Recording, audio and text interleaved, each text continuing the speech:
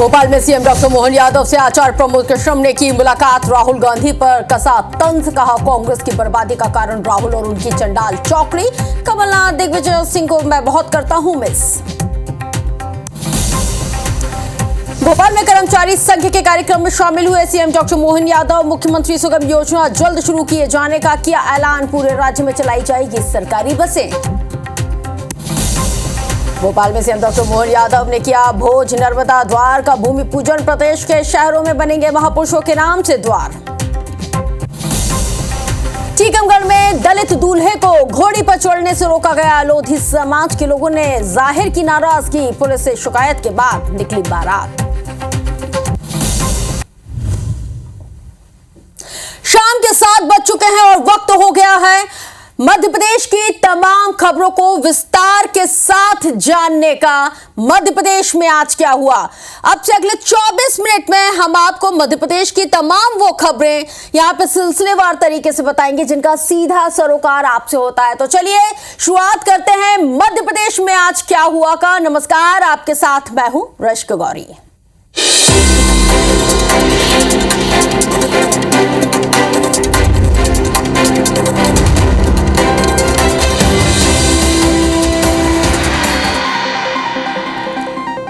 Bulletin की शुरुआत इस वक्त की सबसे बड़ी अहम खबर के साथ। कल की पीठाधीश्वर आचार्य प्रमोद कृष्णम ने मुख्यमंत्री डॉक्टर मोहन यादव के साथ मुलाकात की है। इस दौरान उन्होंने सीएम को कल की पीठ आने का न्योता भी दिया है। साथ ही IBC 24 से भी खास बातचीत करते हुए कांग्रेस पर जोरदार हमला बोला और यहां पे प्रमोद कृष्णम ने कहा है कि कांग्रेस की बर्बादी का जिम्मेदार राहुल गांधी और उनकी चंडाल चौकड़ी है। तो वहीं कमलनाथ और दिग्विजय सिंह को भी लेकर आचार्य प्रमोद ने यह भी कहा है कि मैं उन दोनों को बहुत मिस करता हूं। मध्य प्रदेश में कांग्रेस की बुरी हार का जिम्मेदार ये दोनों नहीं है। प्रमोद कृष्णम ने समाजवादी पार्टी पर भी जोरदार इस दौरान निशाना साधा। आचार्य प्रमोद कृष्णन इस वक्त हमारे साथ हैं, राजधानी भोपाल पधारे हुए हैं और कुछ देर पहले मुख्यमंत्री डॉक्टर मोहन यादव से मुलाकात करके लौटे हैं।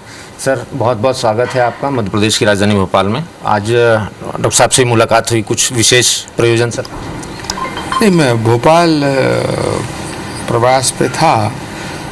आदरणीय शारदा द्वारका पीठाधीश्वर जगत गुरु शंकराचार्य स्वामी सदानंद सरस्वती जी के साथ रात एक कार्यक्रम में सम्मिलित हुआ। उनका 3 दिवसीय प्रवास 11 जून, 12 जून, 13 जून को शिकलकी धाम में होना सुनिश्चित हुआ है। तो शिकलकी धाम में 3 दिवसीय प्रवास पे शंकराचार्य जी पधार रहे हैं। तो मैंने मुख्यमंत्री जी से भी आग्रह किया कि आप भी शिकलकी धाम पधारें। उत्तर प्रदेश से जुड़ा हुआ एक सवाल है। उत्तर प्रदेश में DNA को लेकर बड़ा सियासी विवाद चल रहा है। 2 पक्षों में चल रहा था, आपकी भी उसमें एंट्री हो गई। आपने कहा कि मायावती से बेहतर किसी ने उसको समाजवादी पार्टी का चरित्र नहीं बताया।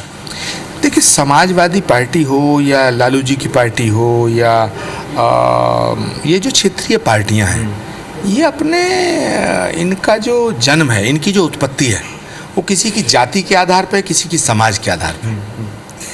तो इनके लिए राष्ट्र छोटा, जाति बड़ी है। और राष्ट्रीय पार्टियां जितनी होती हैं उनके लिए राष्ट्र सर्वोपरि होता है। तो जो समाजवादी पार्टी के नेताओं की टिप्पणियां हैं उत्तर प्रदेश के deputy chief minister Brajesh Pathak ji के लिए, वो निंदनीय है, अशोभनीय है। इसलिए मैंने ये कहा कि समाजवादी पार्टी के विषय में जो बहुजन समाज पार्टी की सुप्रीमो कुमारी बहन मायावती जी ने जो समाजवादी पार्टी की व्याख्या की थी, वो व्याख्या बिल्कुल ठीक है। और समाजवादी पार्टी के नेताओं से शिष्टता की उम्मीद करना, शालीनता की उम्मीद करना, शिष्टाचार की उम्मीद करना, संस्कृति और सभ्यता की उम्मीद करना, मुझे लगता है ये व्यर्थ है। मध्य प्रदेश कांग्रेस की स्थिति आप देख रहे होंगे, सुन रहे होंगे। देश में सबसे कमज़ोर संगठनों की अगर चर्चा होगी तो गुजरात और मध्य प्रदेश की होगी। लोकसभा चुनाव में क्लीन स्वीप, विधानसभा चुनाव में बुरी तरीके से हार। क्या देख रहे हैं यहाँ पे सर? कमलनाथ, दिग्विजय सिंह, आपके तो पुराने साथी हैं दिग्विजय सिंह, क्या भविष्य देख रहे हैं लोग? कमलनाथ जी को, दिग्विजय सिंह जी को मैं मिस करता हूँ। मेरा उनसे बड़ा निकट का रिश्ता रहा है। और लेकिन इसमें कमलनाथ जी का और दिग्विजय सिंह जी का दोष नहीं है। कांग्रेस की दुर्दशा के लिए अगर कोई व्यक्ति जिम्मेदार है तो वो राहुल गांधी है। और राहुल गांधी की जो चंडाल चौकड़ी है वो है। तो ये थे आचार्य प्रमोद कृष्णन और फिलहाल मध्य प्रदेश के दौरे पर हैं। राजधानी भोपाल में मुख्यमंत्री से मुलाकात की है। सुझाव दे रहे हैं कि अगर देश में कांग्रेस पार्टी को मजबूत होना है तो राहुल गांधी को अपने इर्द गिर्द उन 4 लोगों से बच के रहना होगा। कैमरामैन विनीत के साथ नवीन सिंह, IBC 24 भोपाल। तो इस वक्त की बड़ी जानकारी इंदौर से आपको बता दें, जहां पर पहली बार जमीन पर बैठकर होगी मध्य प्रदेश कैबिनेट की बैठक। ऐसा पहली बार होने जा रहा है मध्य प्रदेश के इतिहास में, न केवल मध्य प्रदेश के इतिहास में, देश के इतिहास में यह पहली बार होने जा रहा है जहां पर कैबिनेट की मीटिंग जो होगी वो जमीन पर बैठकर होगी। ये परिवर्तन आपको देखने के लिए मिलेगा। पहले टेबल स्ट्रक्चर बनाकर उनको फिर हटा दिया गया। 20 मई को राजवाड़ा में कैबिनेट की बैठक होनी है, यानी कि आपको यह भी बता दें कि भोपाल से इतर इंदौर के राजवाड़ा में ये बैठक होगी कैबिनेट की मीटिंग, क्योंकि हर मंगलवार को होती है ये कैबिनेट की बैठक। और इस बार ये जो मध्य प्रदेश कैबिनेट की जो बैठक होगी वो जमीन पर बैठकर होगी। इस तरह की व्यवस्था की गई है। पहले टेबल स्ट्रक्चर को बनाया, फिर हटा दिया गया। 20 मई को राजवाड़ा में ये कैबिनेट की बैठक होगी।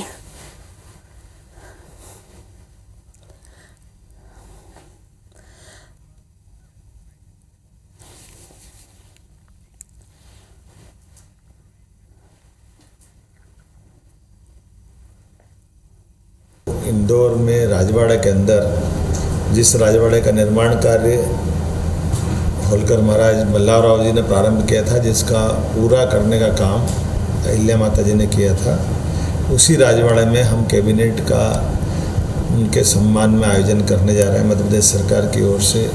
मैं मान के चलता हूँ वो सच्चे अर्थ में हमारी अहिल्या महारानी की स्मृति का दिवस रहेगा। तो देखिए, स्मृति दिवस के तौर पर भी ये कैबिनेट की जो बैठक है वो याद की जाएगी। आपने हमेशा जब कैबिनेट की बैठक देखी है तो हमेशा आपने देखा है कि बाकायदा यहाँ पे जो मुख्यमंत्री हैं और इसके साथ ही जो मुख्य सचिव हैं, ये देखिए जैसे आप पहली तस्वीर देख रहे हैं, ये एक स्ट्रक्चर को तैयार किया जा रहा है। यहाँ पे सब जमीन पर बैठेंगे। दूसरी तस्वीर में देखिए कि सभी टेबल कुर्सी पर बैठे हुए हैं, सबके आगे माइक लगे हुए हैं। और ऐसी ही दूसरी तस्वीर आप देख रहे हैं जहां पे अमूमन ऐसी ही कैबिनेट की जो बैठक है वो होती है, लेकिन ये एक नया प्रयोग। रवि हेमराज सिसोदिया फोन लाइन पर ज्यादा जानकारी के साथ जुड़ गए हैं।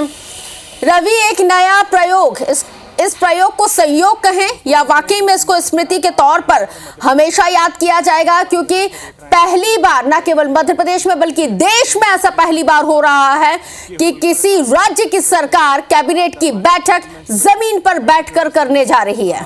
जो दरबार चले आता था, कुछ उसी तरीके का दरबार आपको यहाँ पर देखने को मिले। बेहद महत्वपूर्ण जानकारी हमने आपको यहाँ पर बताई है। और कैबिनेट की बैठक होना इंदौर शहर के लिए भी काफ़ी गर्व का विषय है, क्योंकि पहले इस गणेश हॉल में प्रॉपर टेबल व्यवस्था की गई थी। चारों तरफ टेबल के साथ कुर्सियों पर जो कैबिनेट के मंत्री हैं वो बैठने वाले थे, लेकिन अब पूरे उस स्ट्रक्चर को हटा दिया गया है। और जिस तरीके से होलकर स्टेट के समय शाही गद्दी से बैठक व्यवस्था होती थी, ठीक है, क्योंकि रवि अभी रवि आप क्योंकि अभी उसी जगह पर मौजूद हैं जिस जगह पर ये पूरी तैयारियां चल रही हैं, थोड़ा हमारे जो दर्शक हैं उनको थोड़ा ब्रीफ कीजिए कि अभी वहां पे काम कितना पूरा हो चुका है, क्या कुछ बचा हुआ है। उसी तरीके का दरबार आपको यहाँ पर देखने को मिलेगा। देखिए, मैं आपको बताना चाहूंगा कि 20 मई को कैबिनेट की महत्वपूर्ण बैठक होना है और 19 मई यानी कि कल शाम तक लगभग सारे मंत्री यहाँ पर पहुंच जाएंगे। और अगर यहाँ पर मैं तैयारियों की बात करूं तो 80% से ज्यादा का जो कार्य है वो पूरा हो चुका है। इस गणेश हॉल में यहाँ पर जो अभी दृश्य हमारे दर्शक देख रहे हैं, इसी हॉल में जमीन पर शाही बैठक व्यवस्था तैयार की जाएगी। यहाँ पर सभी मंत्री होलकर स्टेट के समय में जिस तरीके से होलकर महाराज बैठकर अपनी प्रशासनिक व्यवस्था का संचालन करते थे, ठीक उसी तरीके से मध्य प्रदेश के मुखिया डॉक्टर मोहन यादव और उनकी पूरी कैबिनेट यहाँ पर बैठेगी और इंदौर सहित पूरे प्रदेश स्तर पर एक बड़े फैसले लेगी। और लगभग पूरा काम जो है वो 80% तैयार हो गया है। और परसों ये कैबिनेट की बैठक है। बहुत शुक्रिया तमाम जानकारी साझा करने के लिए।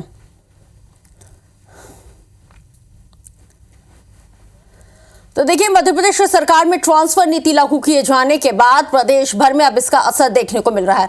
अब जनप्रतिनिधि ट्रांसफर संबंधित सिफारिशों से दूरी बना रहे हैं। उज्जैन सांसद अनिल फिरोजिया ने तो अपने जनसंपर्क कार्यालय के बाहर एक स्पष्ट सूचना पत्र चस्पा कर दिया, जिस पर साफ लिखा है कि ट्रांसफर एवं सशस्त्र लाइसेंस के लिए संपर्क ना करें। जब इस मुद्दे पर सांसद अनिल फिरोजिया से बातचीत की गई तो उन्होंने कहा है कि मेरा कर्तव्य जनता के विकास कार्यों को आगे बढ़ाना है। मुझसे आप सड़क, पानी, बिजली, स्कूल, अस्पताल या अन्य जनहित के मुद्दों पर बातचीत करें। मैं पूरी निष्ठा, ईमानदारी के साथ काम करूंगा, लेकिन ट्रांसफर और लाइसेंस जैसी मामलों में मुझसे कोई अपेक्षा ना रखी जाए। इसके लिए क्षमा प्रार्थी हूं। सांसद के इस कदम को जनता के बीच सकारात्मक रूप से भी देखा जा रहा है। कई लोगों का मानना है कि ट्रांसफर और लाइसेंस जैसे कार्यों में नेताओं की सिफारिशों की अपेक्षा उनको करने की व्यवस्था को प्रभावित करता है। जैसे जब किसी के लिए सिफारिश की जाती है तो उससे वो काम प्रभावित होते हैं, और इस कदम को अब लोग पॉजिटिव वे में ले रहे हैं। मैं सतीश्वर और माननीय सांसद अनिल फिरोजिया से मैं निवेदन करने आया था सशस्त्र लाइसेंस के लिए। तो माननीय सांसद जी का कहना है मध्य प्रदेश में शांति बनी रहे, और मैं विकास की ओर मेरा आपसी ध्यान है, और मैं सशस्त्र लाइसेंस स्वीकृत करवाने में नहीं करवाना चाहता हूँ, ताकि मध्य प्रदेश शांति बनी रहे। मैं एक टीचर हूँ और मैं साहब के पास आया था स्थानांतरण के लिए, लेकिन साहब ने मना कर दिया। तो लेकिन स्थानांतरण का काम अभी नहीं हो रहा है, और जब भी होगा, अगर किसी पे अगर व्यवस्था बनती है तो मैं उसके लिए बराबर आपका काम करूँगा। मुश्किल में नौकरी मिलती है, और नौकरी मिलती है तो नौकरी करो ना। ये बहाने बनाना मेरी माँ की तबीयत खराब है, मेरे पिताजी, जो जीना ही नहीं है वास्तव में उनके होना चाहिए। अभी चूँकि क्राइम बहुत ज़्यादा बढ़ने लगा है, इसलिए हमने इसको थोड़ा रोका है, और माननीय मुख्यमंत्री जी ने भी निर्देशित करा है कि इसको अभी रोका जाए। तो देखिए, रीवा में प्रभारी मंत्री प्रहलाद पटेल ने सर्किट हाउस में जिले के तमाम सांसद विधायकों की बैठक ली, और जिसमें सरकार की ट्रांसफर नीति पर चर्चा की गई है। जिले के सभी विधायकों को बुलाया गया, लेकिन सिमरिया के कांग्रेस विधायक अभय मिश्रा को बैठक में नहीं बुलाया गया है, जिसकी वजह से नाराज विधायक सर्किट हाउस पहुंचे और जमीन पर लेट गए। हालांकि बाद में विधायक को एक कमरे में बैठाया गया। यहाँ पर प्रभारी मंत्री उनसे मिले। विधायक ने कहा कि शासकीय कार्यक्रमों में पक्ष विपक्ष दोनों का होना अनिवार्य है। क्या स्थानांतरण नीति बीजेपी की नीति है, सिर्फ बीजेपी के लोगों के लिए है? इधर जिले के प्रभारी मंत्री ने बताया कि भारतीय जनता पार्टी की कोर कमेटी की बैठक और एक प्रशासनिक बैठक है, जो एक गाइडलाइन के तहत बनी है, जिसको भी कुछ भी कहना है थ्रू प्रभारी मंत्री कहेगा। उन्होंने आके कहा कि कांग्रेस विधायक को हमने बताया है कि ये ऑफिशियली बैठक नहीं है, उनको कोई सुझाव हो या देना हो तो प्रभारी मंत्री को दे, डायरेक्ट कलेक्टर को नहीं।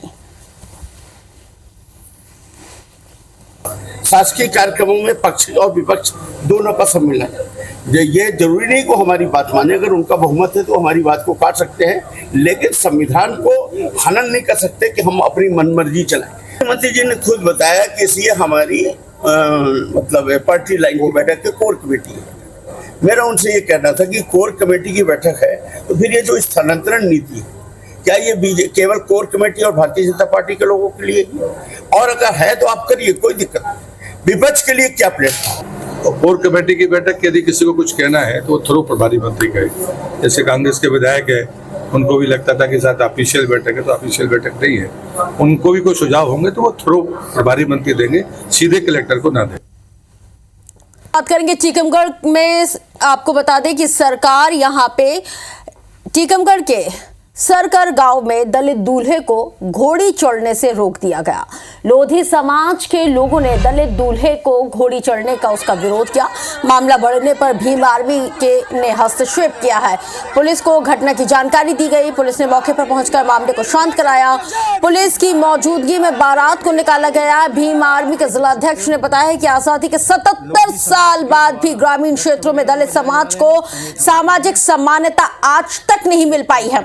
इधर पुलिस का कहना है कि पूरे गांव में शांति का माहौल है, लेकिन बड़ा सवाल यह है कि आखिर कोई कैसे किसी को घोड़ी चढ़ने से उसके शादी के मौके पर रोक सकता है। और इस तरह के मामलों में लगातार इजाफा होता जा रहा है। कई मर्तबा हम इस तरह की खबरों को दिखाते आए हैं, और एक बार फिर से सवाल कि आखिर किसी की दबंगाई इस कदर कैसे हावी हो जाती है कि किसी दलित को रौंदा जाए, कुचला जाए, मारा जाए, घोड़ी पर चढ़ने से रोका जाए।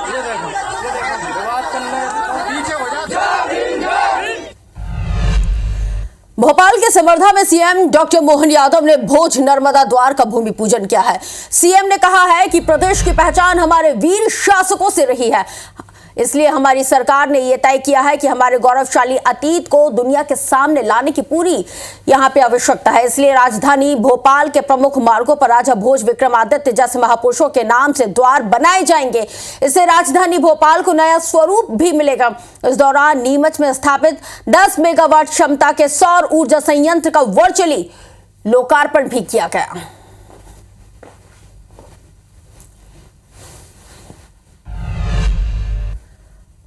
मध्य प्रदेश में मुख्यमंत्री सुगम बस योजना की शुरुआत होने वाली है और भोपाल में आयोजित कर्मचारी सम्मेलन में मुख्यमंत्री डॉक्टर मोहन यादव ने इसकी घोषणा भी कर दी है। दरअसल भोपाल के रविंद्र भवन में राज्य कर्मचारी संघ ने मुख्यमंत्री का अभिनंदन समारोह कार्यक्रम का आयोजन किया था। इस दौरान सीएम ने कहा है कि डबल इंजन के पीछे हमें भी तेज चलना पड़ेगा और देश और प्रदेश के कर्मचारियों का डीए एक समान करने के लिए प्रधानमंत्री का एक वाक्य है, डबल इंजन की सरकार। तो इंजन के पीछे इंजन लगा हुआ है और सीएम ने यह भी कहा है कि वो सारे अंतर जिनके माध्यम से जबरदस्ती से अटकाना लटकाना मैं समझता हूं वो सही नहीं है। मैं इस पूरे मामले में थोड़ा भाग्यशाली हूं कि आप लोगों को ज्ञापन देने नहीं आना पड़ा, मैंने खुद ही बढ़ा दिया है। सीएम ने क्या कुछ कहा है, आइए आपको सुनाते हैं। जिनकी अध्यक्षता में डबल इंजन का मतलब एक साथ ही तो है, इसीलिए वो सारे अंतर जिन अंतरों के माध्यम से जबरदस्ती से कुछ चीज़ों में अटकाना लटकाना मैं समझता हूँ कि ये उचित नहीं था। आपका एचआरए जो लटका हुआ था, मैं तो बाहर से देख के भी दुखी होता था कि जबरदस्ती ये क्या है, जिनके हक की चीज़ है वो क्यों नहीं मिलना चाहिए उनको। मैं इस मामले में थोड़ा भाग्यशाली भी हूँ कि आप लोगों को ज्ञापन देने नहीं आना पड़ा, मेरे परवार ही बढ़ा दी। तो स्थानांतरण करेंगे, लेकिन करेंगे कब, जब हमारा उनका सबका एक समय आता है। मैं रश्क गौरी आपसे लेती हूँ इजाजत, लेकिन IBC 24 पर खबरें नॉन स्टॉप जारी है क्योंकि सवाल आपका है।